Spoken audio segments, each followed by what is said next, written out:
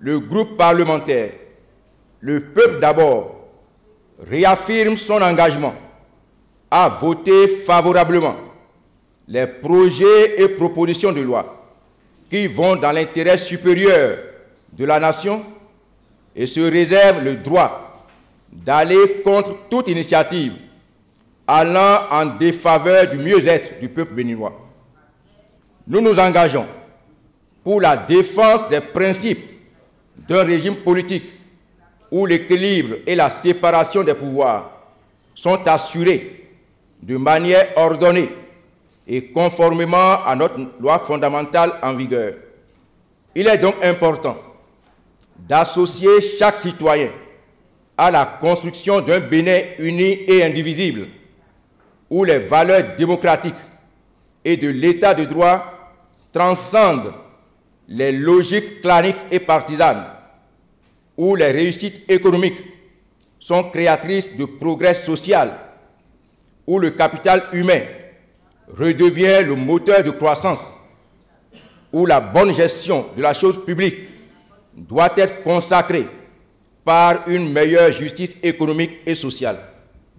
C'est notre conviction et tout le sens de notre combat pour le reste de la mandature.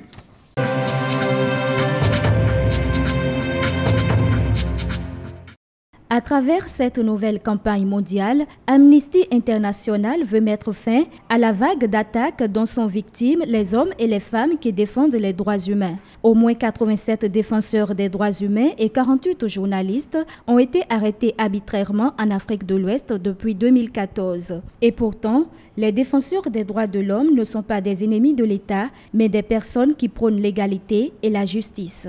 Il est à ce jour une évidence incontestable. C'est que consacrer son temps, son énergie, ses ressources au triomphe de la justice, à la promotion de l'égalité entre les hommes et les femmes, à la célébration de la tolérance religieuse au sein de nos communautés, c'est prendre un risque démesuré. C'est risquer au quotidien de subir des agressions physiques ou morales, voire perdre sa vie. La campagne Osons le courage appelle les États de la région à reconnaître la légitimité des défenseurs des droits humains en respectant leur travail, en leur ménageant l'espace nécessaire à leurs activités et en les protégeant des menaces. Connaître la légitimité des défenseurs des droits de l'homme, les soutenir dans leur travail et saluer publiquement leur contribution. L'État doit pouvoir garantir un environnement sûr et favorable aux défenseurs des droits humains pour qu'on ne soit pas obligé, quand on est dans nos véhicules, de regarder à gauche, à droite. Amnesty International a également rendu public un rapport intitulé « Les voix critiques étouffées » qui met l'accent sur le danger croissant que courent les défenseurs des droits humains.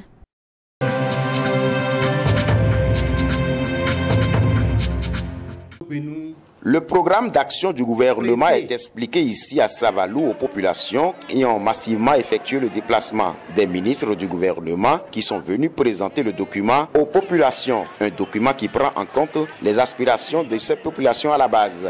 Ces populations ne veulent pas être divisées. Ces populations qui ont répondu de partout. L'économie est la squelette de la société. Et si la squelette est debout, et si les opérateurs économiques sont debout, c'est que notre pays est debout. Je voudrais vous encourager à aller plus loin, à faire en sorte que tout ce que le président Talon a dit, mais n'a pas seulement dit, est en train d'être fait. Nous sommes ici tous réunis pour une même cause, la cause de développement. La cause de développement du Bénin, la cause du développement de notre commune, de notre département. Ensemble, nous serons toujours plus forts.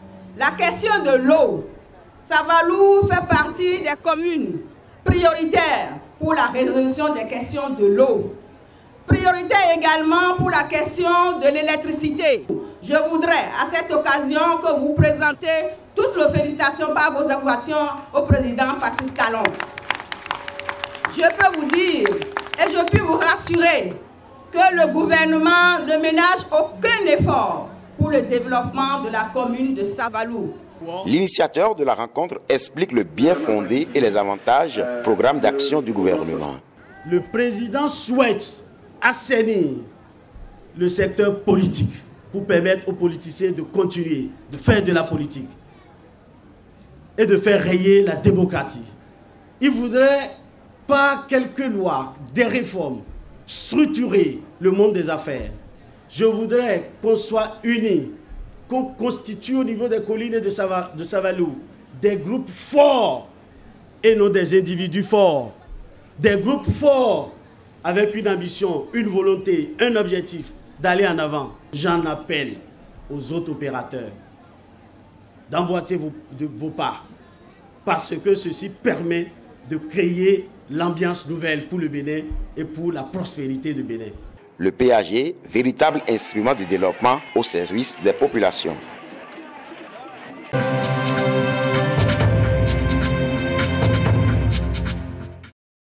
Ils sont en situation de composition et l'objectif visé est de les préparer à affronter avec aisance les épreuves du certificat d'études primaires 2017. Un tour dans quelques centres retenus pour ce essai à Parakou et le déroulement semble suivre son cours normal. Au centre de composition Barrera, tout se passe bien.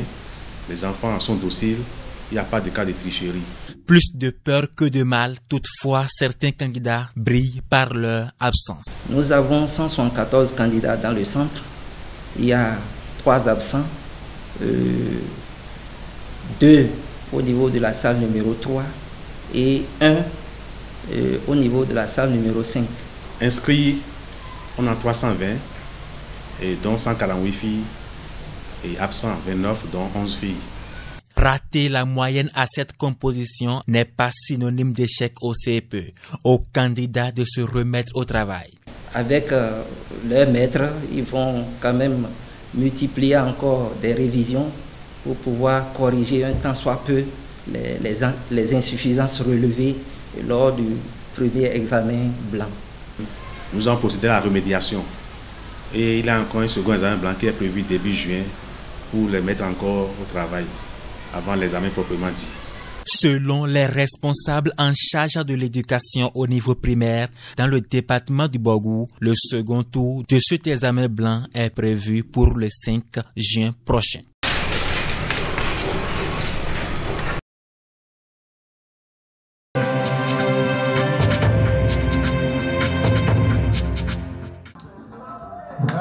Un module de 4 salles de classe équipé et un bloc de latrine à 4 cabines. C'est un don de la Fondation Adjavon Sébastien Germain au Collège d'enseignement général de Tangbo-Djevié dans la commune de Zé. Au cours de la cérémonie qui a officialisé la remise et la mise en service des ouvrages, le directeur de l'établissement a exprimé l'urgence des besoins qui se faisaient sentir. Avec un déficit de 7 salles de classe, le déroulement des activités pédagogiques ne peut pas se faire normalement sans classe volante. Pour la réalisation du projet, la communauté scolaire tout entière s'est jointe à la Fondation Adjavon Sébastien Germain. La Fondation a investi 27 84 435 francs CFA pour le module de 4 salles de classe équipées en 120 tables bancs et le bloc de latrine à 4 cabines. Quant à la communauté, elle a assuré la réalisation des fouilles, l'apport du sable de remblai et son épandage et la fourniture en eau du chantier. Avant l'ouverture des salles de classe, les élèves ont loué le bon geste et demandé davantage de soutien. Nous saluons votre sens de détermination dans les aides aux populations béninoises et plus particulièrement à l'éducation nationale. Et souhaitons que le CEG Tangbo-Djevié ne soit pas oublié dans les prochains jours pour quelques d'autres dons. La Fondation, en partenariat avec l'association MG pour l'enfance, a offert à l'occasion aux apprenants du CEG Tangbo-Djevié des équipements sportifs et des fournitures scolaires.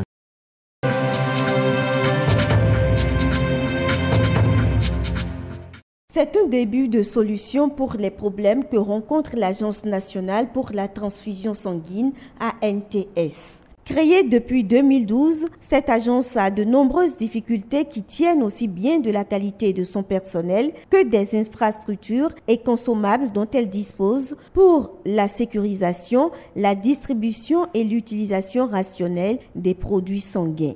La création de centres de formation professionnelle en transfusion sanguine vient donc à point pour améliorer les performances et prestations du personnel de l'ANTS. Ce personnel étant en nombre insuffisant dans nos formations sanitaires, les actes transfusionnels sont réalisés sur la base des formations générales délivrées par les instituts de formation.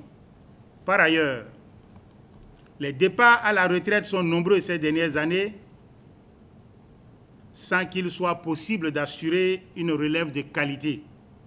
Il est alors indispensable de renforcer durablement les capacités des paramédicaux en transfusion sanguine et d'assurer le remplacement des partants. D'où la création d'un centre de formation professionnelle en transfusion sanguine en application du décret numéro 14-787 du 31 décembre 2014. Seuls les infirmiers, sages-femmes et biotechnologistes déjà en service vont accéder à ce cours de 8 mois. Pour cette première promotion, l'Agence française de développement a déjà pris en charge les frais de formation qui s'élèvent à 1 500 000 francs CFA par étudiant. Le souci étant de renforcer nos formations sanitaires dans leur capacité à poser les actes transfusionnels, nous avons demandé, monsieur le ministre a demandé à chaque DDS, directeur départemental de la santé, de choisir 3 apprenants. Et c'est ainsi qu'un infirmier, une sage-femme et un technicien ont été choisis par département, par le DDS, de manière à pouvoir créer un pool de spécialistes qui va les aider à améliorer tout ce qu'il y a comme acte de transfusion. D'autres partenaires ont apporté leur soutien à l'ANTS pour rendre possible ces cours qui vont certainement réduire les désagréments que rencontrent les populations. Il s'agit du PASMI, de la CTB, de l'APF et du PAORSI.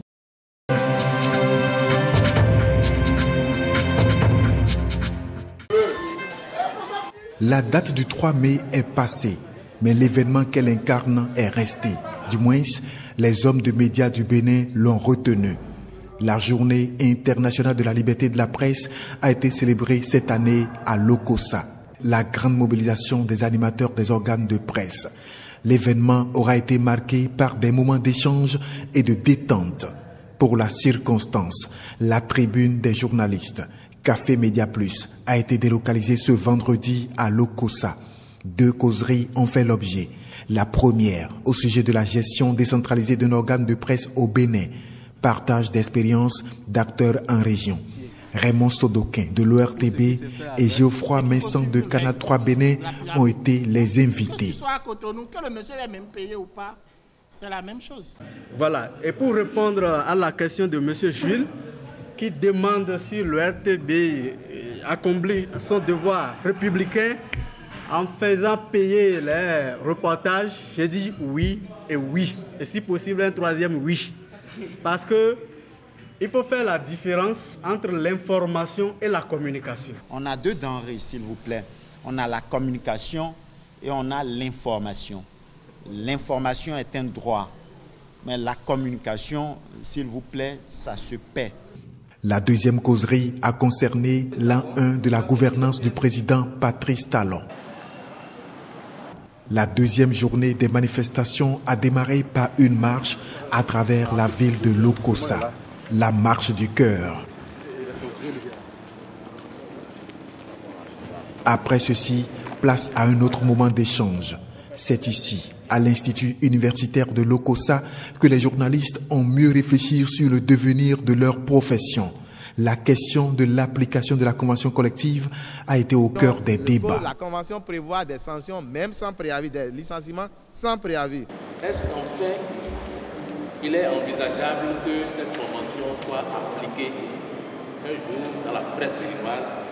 Une première partie que j'ai intitulée « La liberté de la presse pour des professionnels critiques. Et ensuite, une deuxième partie, la liberté de presse en période critique. Ils se sont par la suite retrouvés au stade municipal de Lokossa.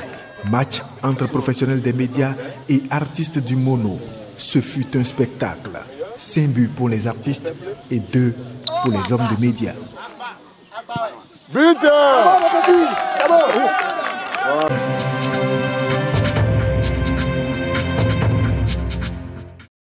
Cette soirée n'est que la démonstration de ce que les uns les autres, les acteurs culturels, ont dit dans les couloirs.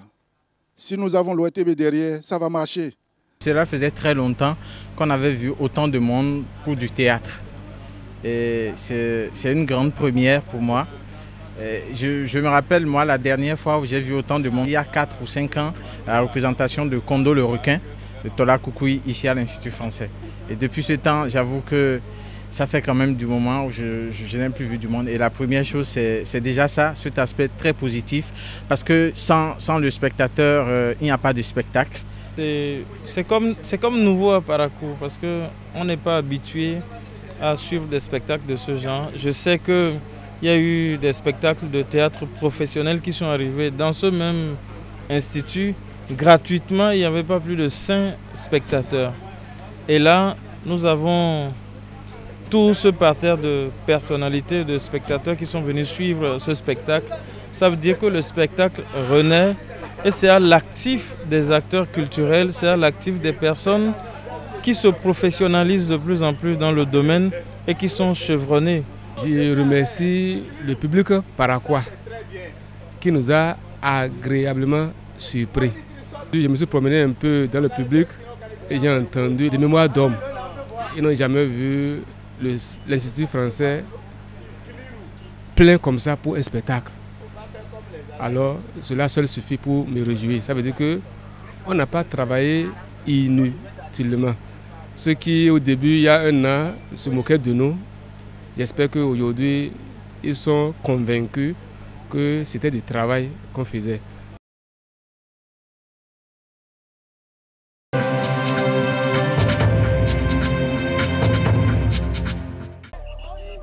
C'est un portrait de Joseph Désiré Mobutu qui est détruit ici par la population.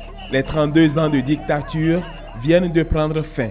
Arrivé au pouvoir le 24 novembre 1965, à la faveur d'un coup d'État militaire, le maréchal va fuir le Zaïre le 16 mai 1997.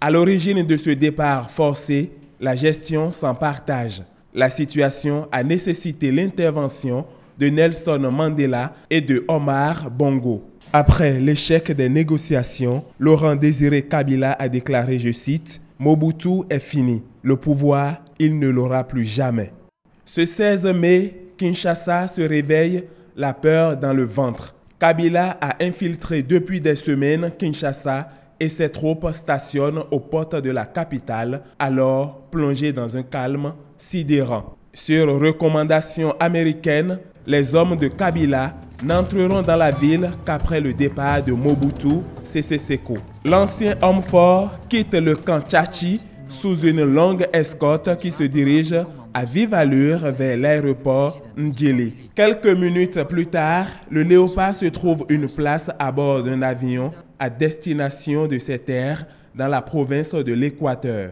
Mais, sous la pression des événements, celui qui était jusqu'au 15 mai 1997, le président de la République est contraint de prendre un vol pour atterrir à Lomé où il sera accueilli par son homologue qui a battu aussi le record de longévité au pouvoir comme lui, Gnassingbé Eyadema. Le séjour à Lomé sera de courte durée car le 23 mai, c'est le roi Hassan II, l'un de ses plus fidèles soutiens, qui l'invite au Maroc. L'ancien relais et homme de confiance des Occidentaux en Afrique pendant la guerre froide s'est vu refuser l'accès à sa demeure à Recobrume-Cap-Martin par les autorités françaises. Après 5 mois d'exil, le Léopard sera emporté par un cancer de la prostate le 7 septembre 1997, laissant derrière lui des veuves, les sœurs jumelles Bobby et Kozia, qui ont été ses dernières campagne.